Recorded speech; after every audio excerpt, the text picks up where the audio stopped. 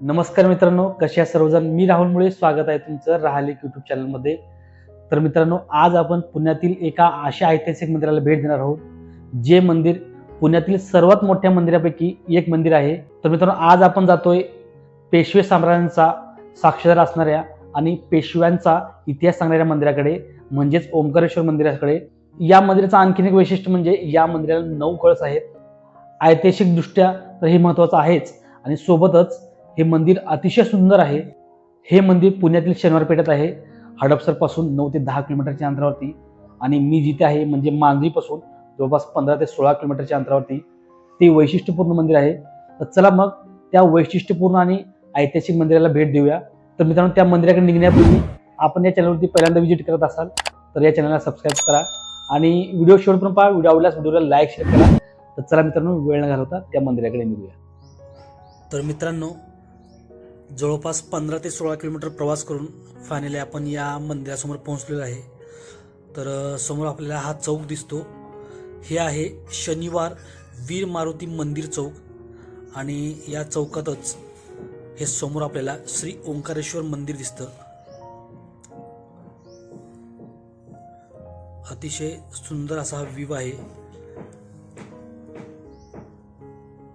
आणि या मंदिराच्या चौकातच या ठिकाणी पंढरीची वारी करत असणाऱ्या वारकरी संप्रदायाची एक छान प्रतिकृती आपल्याला या ठिकाणी साकारलेली दिसते.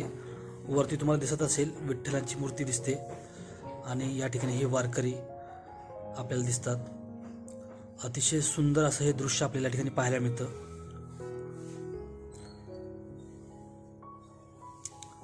तर सध्या दुपारचे 3 वाजलेले आहेत. तर ऊन पडलेलं आहे. सकाळी खूप थंडी होती. तर या ठिकाणी या मंदिराचं हे गेट आहे. या गेटवरती हा बोर्ड लावलेला आहे. तर हे गेट बंद आहे. सध्या दुपारचे 3 वाजलेले आहेत ना, त्याच्यामुळे हा गेट बंद आहे. तर याचं हे जे टायमिंग आहे ते सकाळी 4 वाजल्यापासून ते दुपारी 1 वाजेपर्यंत हे ओपन असतं. त्याच्यानंतर परत दुपारी 4 वाजता हे ओपन केलं जातं, आणि रात्री 10 वाजेपर्यंत हे मंदिर खुलं असतं. तर आपल्याकडे 1 तास आहे हे मंदिर ओपन होण्यासाठी. तर थोडं आपण काहीतरी खाऊन घेऊया बाहेर. तर बघू शकता गेटच्या बाहेरून या मंदिराचा हा व्ह्यू दिसतो.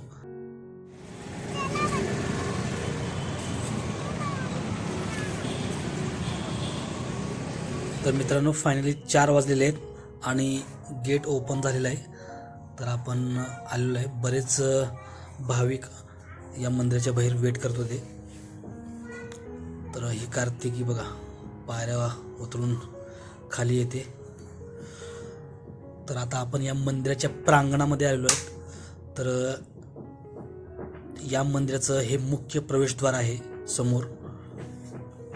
या मंदिराच्या आवारात बरीच छोटी छोटी मंदिरे आहेत. बऱ्याच देवांची मूर्ती आपल्याला ठिकाणी पाहायला मिळतात.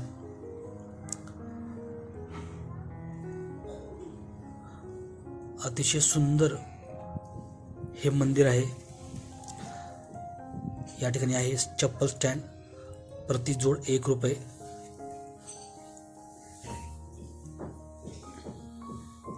इच्छेनुसार आपल्याला द्यायला लागतं. तर सर्वप्रथम या प्रवेशद्वाराच्या समोर श्री दत्ताचं हे मंदिर दिसतं आपल्याला. तर श्री दत्ताचं आपण दर्शन घेऊया. तर हे गेट बंद आहे, पण आतमध्ये आपल्याला मूर्ती दिसते दत्ताची, आणि श्री दत्तांच्याच बाजूला या ठिकाणी श्री गणेशाची मूर्ती देखील आपल्याला दिसते.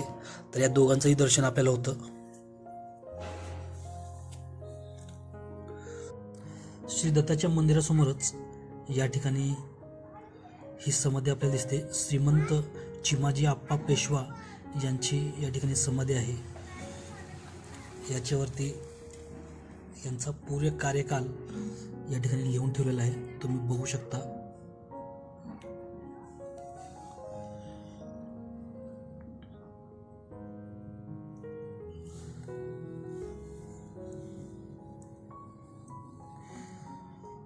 श्रीमंत चिमाजी आप्पासाहेब पेशवे आणि त्यांच्या पत्नी.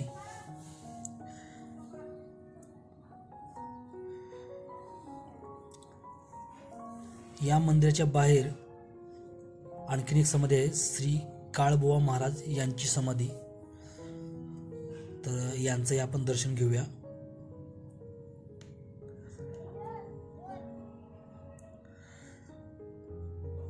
या समाधीसमोरच ही कासवाची मूर्ती दिसते. आतमध्ये तुम्ही बघू शकता श्री काळबुवा महाराज यांची या ठिकाणी समाधी आहे. अशी बरीच देवांची आणि महाराजांची मंदिरे या मंदिराच्या परिसरात आपल्याला पाहायला मिळतात.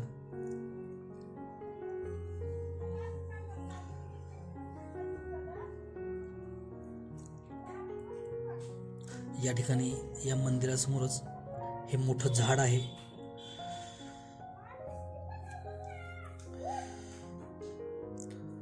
तर या ठिकाणी श्री मारुती मंदिर आहे. तर या मंदिरात आपण जाऊया. आणि मंदिरात आल्यानंतर या ठिकाणी आपल्याला काळा पाषाणात असलेली श्री मारुतीची मूर्ती आपल्याला या ठिकाणी दिसते. तर यांचंही आपण दर्शन घेतलं. याच मारुतीच्या मूर्तीच्या बाजूला या ठिकाणी श्रीरामाच्या प्रतिमा आपल्याला दिसतात.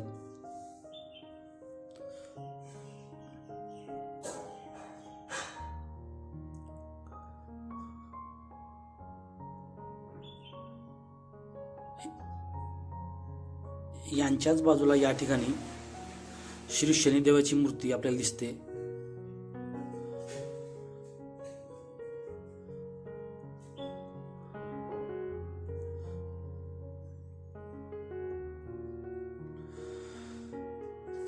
तर मित्रांनो, याच मंदिराच्या परिसरामध्ये श्री विष्णूचं मंदिर देखील आहे.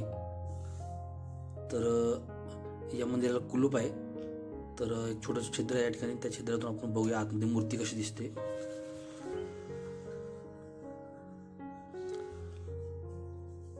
छिद्र लहान असल्यामुळे मूर्ती स्पष्ट दिसत नाही, पण आपल्याला त्याचा चेहरा दिसत असेल. तर या ठिकाणी श्री विष्णूची मूर्ती आहे. मंदिराच्या प्रवेशद्वाराच्या दोन्ही बाजूला देवी देवतांची मंदिरे आहेत. तर एका बाजूची आपण मंदिरे पाहिली, आता आपण दुसऱ्या बाजूला आलेलो आहे. तर या ठिकाणी भवानी मातेचं मंदिर आहे. तर आतमध्ये जाऊया.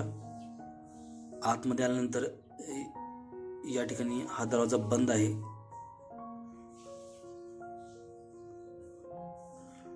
तुम्हाला आत दिसत असेल भवानी मातेची प्रसन्न मूर्ती आपल्याला दिसते.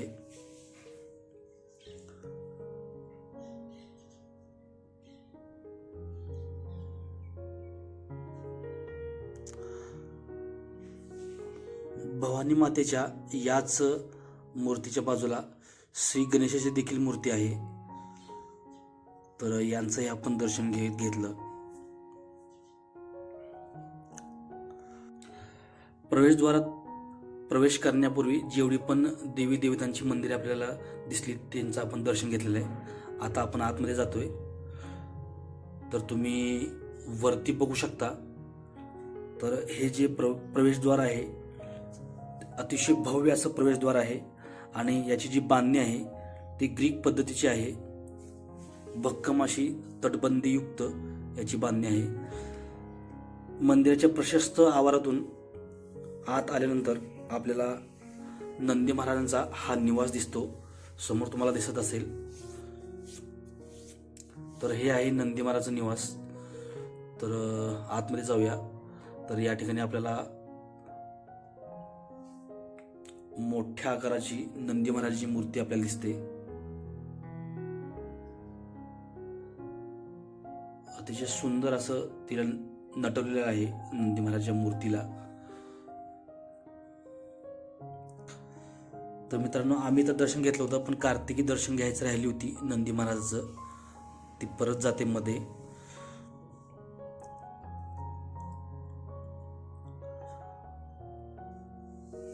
तर दर्शन घेऊन ती बाहेर आली.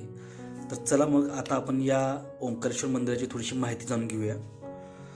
तर पुण्यातील सर्वात मोठ्या मंदिरापैकी हे एक मंदिर आहे आणि या मंदिराची स्थापना पेशवे काळात झाली. आणि हे जे मंदिर आहे ओंकारेश्वराचं, हे मंदिर मुठा नदीच्या काठी बसलेलं आहे. ओंकारेश्वर मंदिर पेशवे सरदार चिमाजी आप्पा यांच्या देखरेखीखाली हे बांधलं गेलं. या ठिकाणी समोर आपल्याला या देवस्थानाचं कार्यालय दिसतं. या मंदिराच्या आवारात बऱ्याच खोल्या आपल्याला दिसतात. तर या ठिकाणी देवाची कोठी असलेली एक खोली आपल्याला दिसते.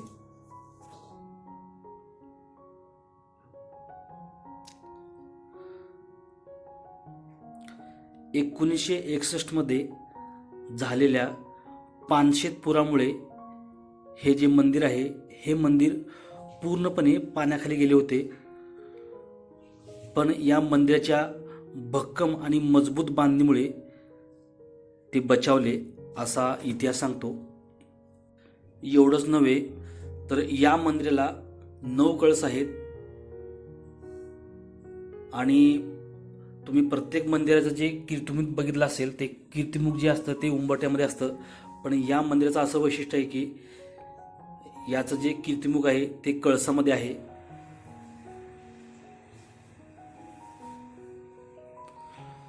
तर या ठिकाणी हे अग्निकुंड आपल्याला दिसतं. या मंदिराच्या आवारातच हे अग्निकुंड आहे.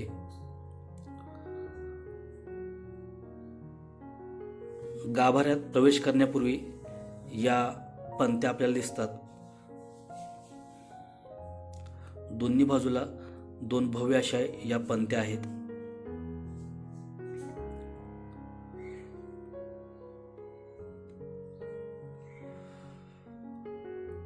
तर मित्रांनो, आता आपण आलोय मंदिराच्या गाभाऱ्यामध्ये. तर या ठिकाणी देखील नंदीची छोटीशी मूर्ती आपल्याला दिसते. समोर कासवाची मूर्ती आहे.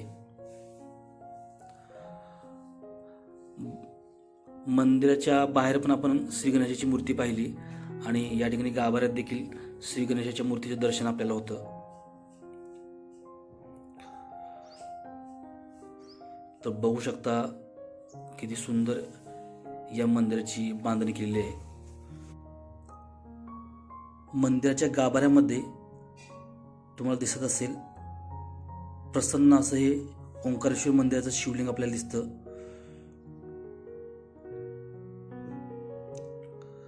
खूप छान प्रकारे त्याची सजावट देखील केलेली आहे.